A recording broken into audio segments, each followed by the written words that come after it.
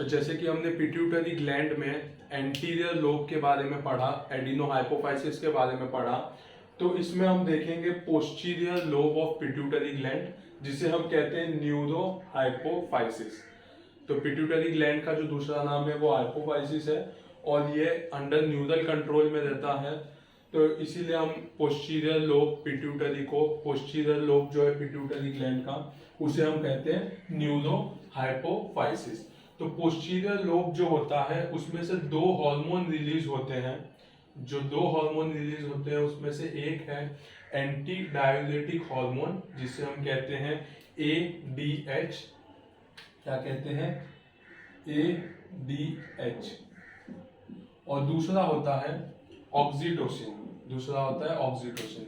तो जैसे कि हमने पहले देखा, एंटीरियर लोब जो होता है, एंटीरियर लोब में कोई भी तरह का हार्मोन रिलीज नहीं होता, सिर्फ वो स्टिमुलेट करता है या इनहिबिट करता है हाइपोथैलेमस को। तो हाइपोथैलेमस क्या करता है कि जो हार्मोन रिलीज करना है या रोकना है उसे कंट्रोल करता है।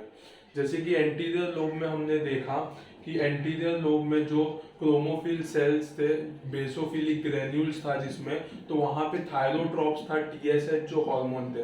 तो TSH हार्मोन्स जो थायराइड स्टिमुलेटिंग हार्मोन है वो सीक्रेट किया जाएगा हाइपोथैलेमस या पिट्यूटरी ग्लैंड से, लेकिन आगे जाके T3 T4 का सिक्रीशन जो होता है वो थायराइड ग्लैंड से होता है। तो जो स्टिमुलेशन का काम करता है वो हाइपोथैलेमस करता है अंडर पिट्यूटरी ग्लैंड के रोल में। लेकिन ये जो दो हार्मोन्स होते हैं जो पोस्टीरियर लोब में प्रेजेंट होते हैं, ये सीक्रेट होता है पोस्टीरियर लोब ऑफ पिट्यूटरी से, जिसे कहते हैं एंटी डायलिटिक हार्मोन, और दूसरा है ऑक्सीटोसिन। तो posterior lobe of pituitary gland को हम न्यूरोहाइपोफाइसिस कहते हैं। यहाँ से दो हार्मोन रिलीज होता है, एक तो है एंटी डायलिटिक हार्मोन वैसोप्रेसिन और दूसरा है ऑक्सीटोसिन। तो जैसे कि नाम से ही पता चलता है एंटी डायलिटिक हार्मोन, डायूरेटिक या डायूरेसिस का मतलब होता है यूरिन होना, एक्सेसिव यूरिन होता है उसे हम कहते हैं डायूरेसिस। लेकिन एंटी डायूरेसिस यानी कि यूरिन जो पास होता है उसको कम करना, यानी कि वाटर लॉस जो होता है उसको प्रिवेंट करना, वो काम होता है एंटी डायलिटिक हार्मोन का, ADH का। तो इसमें क्या होता है, reabsorption of water to maintain the osmolarity. Reabsorption होता है वाटर का, कहाँ से? किडनी से, जिसकी वजह से क्या होता है, ऑस्मोलैरिटी जो होता है वो मेंटेन होता है। अगर एंटी डायलिटिक हार्मोन जो है वो अच्छे से वर्क नहीं करेगा या फिर उसकी डेफिशिएंसी हो जाएगी, तो उसकी वजह से क्या होगा, तो वाटर लॉस जो होगा वो बढ़ जाएगा, वाटर लॉस जो होगा वो बढ़ जाएगा, और एक कंडीशन हमें देखने मिलेगा जिसे हम कहते हैं डायबिटीज इंसिपिडस। Diabetes insipidus. तो एंटी डायलिटिक हार्मोन का काम क्या होता है, reabsorption of water to maintain osmolarity. लेकिन अगर वो अपना काम नहीं कर पाता है या फिर एंटी डायलिटिक हार्मोन की डेफिशिएंसी हो जाती है, तो हमें एक कंडीशन देखने मिलता है जिससे हम कहते हैं डायबिटीज मिलिटस। इसमें फ्रीक्वेंटली यूरिन पास होता है, दूसरा प्यास भी बहुत लगता है इसमें, ऐसा कंडीशन हमें डायबिटीज इंसिपिडिस में देखने को मिलता है। तो ये होता है deficiency of anti diuretic hormone की वजह से। दूसरा जो हार्मोन है जो रिलीज करता है posterior lobe of pituitary gland, उसे हम कहेंगे ऑक्सीटोसिन। क्या कहेंगे? ऑक्सीटोसिन। तो ऑक्सीटोसिन का काम क्या होता है, contraction of the memory myoepithelium resulting in the ejaculation of milk from lactating mother. Pregnancy के बाद जब भी लैक्टेटिंग मदर जो रहते हैं उसमें मिल्क का इजैक्यूलेशन करने का काम जो होता है वो ऑक्सीटोसिन का होता है। तो वो क्या करता है, ऑक्सीटोसिन जो हार्मोन है वो क्या करता है, तो मेमोरी ग्लैंड में जाके जो मेमोरी मायोएपिथेलियम होता है उसका कॉन्ट्रैक्शन करता है। कॉन्ट्रैक्शन करने की वजह से वहां पे मिल्क इजैक्यूलेशन होता है। प्रोलैक्टिन जब हमने देखा था तो प्रोलैक्टिन का काम क्या क्या था, तो मिल्क का प्रोडक्शन का काम था, और मेमोरी ग्लैंड जो है उसके डेवलपमेंट का काम था वो प्रोलैक्टिन का था। लेकिन ऑक्सीटोसिन का काम क्या होता है, तो मिल्क अगर एक्यूमुलेट हुआ है, मेमोरी ग्लैंड अच्छे से डेवलप हुआ है, तो उसका कॉन्ट्रैक्शन करना मायो एपिथेलियम का और मिल्क को बाहर की तरफ निकालना, ये काम होता है ऑक्सीटोसिन का।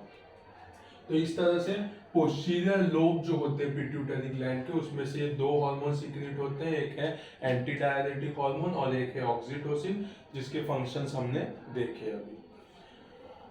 अब उनके पैथोलॉजी रिलेटेड चीजें देखेंगे, पिट्यूटरी ग्लैंड के पैथोलॉजी क्या क्या है। तो सबसे पहला hyper function of anterior pituitary gland.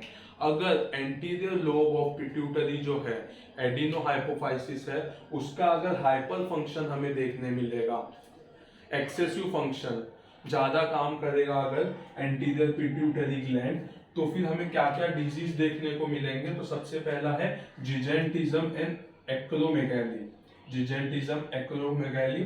दूसरा है हाइपरप्रोलैक्टिनेमिया और तीसरा है कुशनिंग सिंड्रोम।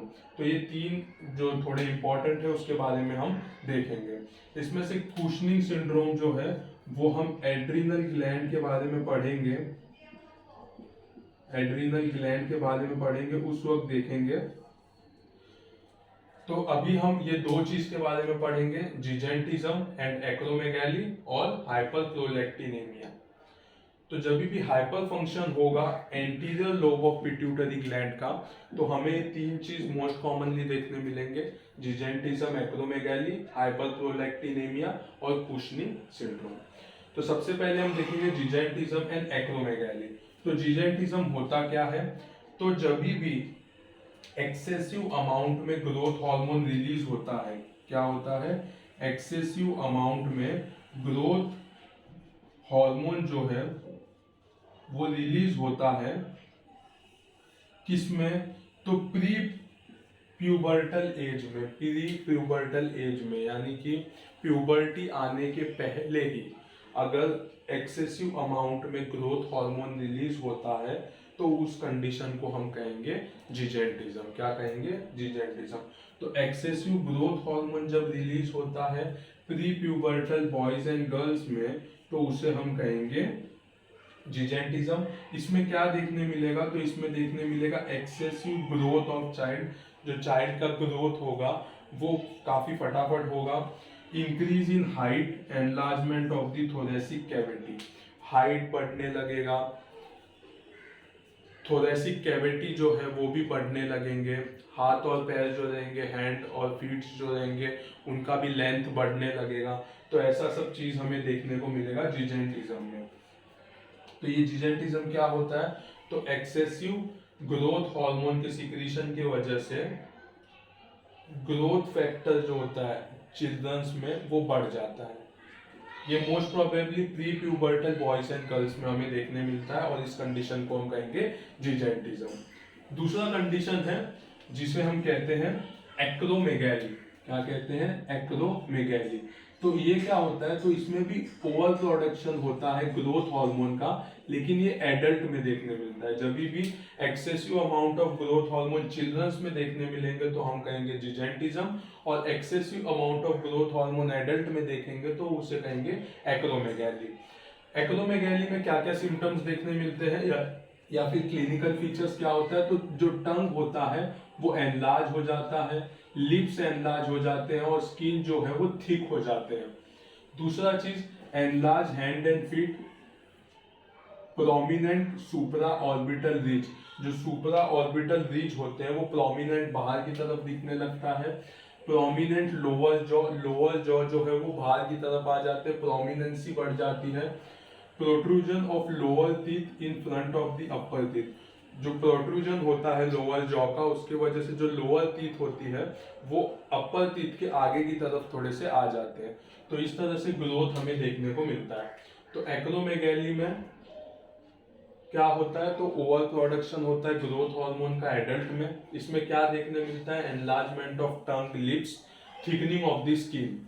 दूसरा, एनलार्ज हैंड एंड फीट देखने मिलता है, prominent supra orbital ridge, prominent lower jaw और protrusion of lower teeth in front of upper teeth. ये सब चीजें हमें देखने को मिलती है। दूसरा, hyper function of anterior pituitary gland में दूसरा चीज क्या कॉमनली देखने मिलता है, हाइपर प्रोलैक्टिनेमिया, मतलब एक्सेसिव प्रोडक्शन ऑफ प्रोलैक्टिन होता है। क्या होता है, एक्सेसिव प्रोडक्शन ऑफ प्रोलैक्टिन हमें देखने को मिलता है, जिसे हम कहते हैं हाइपर प्रोलैक्टिनेमिया। तो प्रोलैक्टिन का जैसे कि हमें काम पता है, क्या काम है, तो मिल्क का प्रोडक्शन और मेमोरी ग्लैंड का डेवलपमेंट जो करता है वो प्रोलैक्टिन करता है। तो एक्सेसिव प्रोडक्शन ऑफ प्रोलैक्टिन होता है। इसमें एक सिंड्रोम हमें देखने मिलता है जिसे हम कहते हैं amenorrhoea galactorrhoea syndrome. Amenorrhoea galactorrhoea syndrome, इसमें क्या होते हैं, तो जो मेंस्ट्रुएशन साइकिल है या फिर जो मिल्क प्रोडक्शन होता है वो ठीक से नहीं हो पाता, जिसकी वजह से फीमेल्स में इनफर्टिलिटी देखने मिलता है और मेल्स में इम्पोटेंसी या फिर लॉस ऑफ लिबिडो देखने को मिलता है, यानी कि हम कह सकते हैं sexual desire, loss of sexual desire.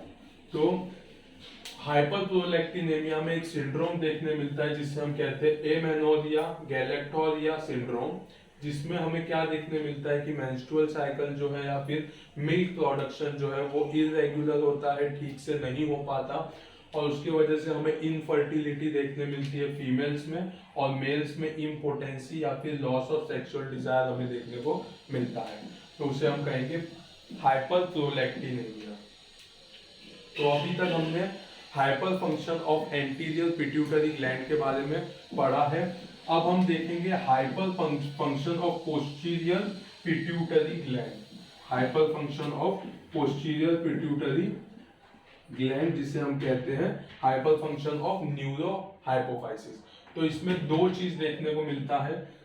सबसे पहला, inappropriate release of ADH, anti diuretic hormone. तो जैसे कि हमने पढ़ा कि पोस्टीरियर लोब ऑफ पिट्यूटरी में दो हार्मोन रिलीज होते हैं, एक एंटी डायूरेटिक हार्मोन और दूसरा होता है ऑक्सीटोसिन। तो हाइपर फंक्शन में क्या देखने मिलेगा, inappropriate release of anti diuretic hormone, और दूसरा है परकॉशियस प्यूबर्टी, प्रीकॉशियस प्यूबर्टी। तो प्रीकॉशियस प्यूबर्टी क्या होता है वो भी हम देखेंगे। तो सबसे पहले inappropriate release of ADH, anti diuretic hormone. तो एंटी डायूरेटिक हार्मोन इनएप्रोप्रिएट हो रहा है या फिर ज्यादा रिलीज हो रहा है, तो उसकी वजह से क्या होगा, एडीएच हाइपर सिक्रीशंस होगा। तो कब कब ये हो सकता है, सबसे पहला ट्रॉमा हुआ होगा तो, हिमरेज, मेनिंजाइटिस, इन्फ्लामेशन ऑफ मेनिंग्स, और para neoplastic syndrome. Neoplastic syndrome अगर रहेगा तो भी हमें हाइपर फंक्शन देखने मिलेगा पोस्टीरियर पिट्यूटरी ग्लैंड का, या फिर इनएप्रोप्रिएट रिलीज ऑफ एडीएच हमें देखने को मिलेगा।